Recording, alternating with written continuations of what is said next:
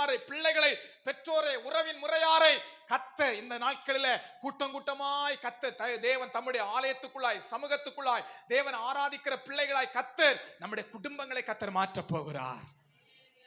அதுதான் பிரமிக்கத்தக்கதான காரியம். சினிமாவுக்கு ஒரு காலத்துல குடும்பம் குடும்பமா போனோம், திருமண வீட்டுக்கு குடும்பம் குடும்பமா போனோம் இல்லையா? மற்ற பல துணி எடுக்கிறதுக்கு குடும்பம் குடும்பமா கடைகளுக்கு போனோம். அது பெருசு கிடையாது. குடும்பம் குடும்பமா கர்த்தரை ஆராதிப்பதுதான் பெரிய காரியம்.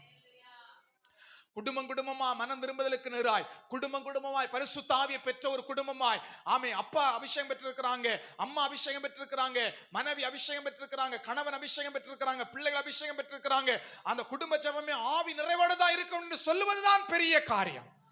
இல்லையா? சொல்லுங்க, சத்தமா சொல்லுங்க ஹல்லேலூயா, சத்தமா சொல்லுங்க ஹல்லேலூயா. இந்த அறிவில்லாமல் மக்கள் இன்றைக்கு அலைமோதி கொண்டிருக்கிற இந்த காலகட்டத்தில் ஆண்டவர் நமக்கு சொல்லுகிறார், பிரமிக்கத்தக்க காரியத்தை நம்முடைய குடும்பங்களை கர்த்தர் செய்ய போகிறார்.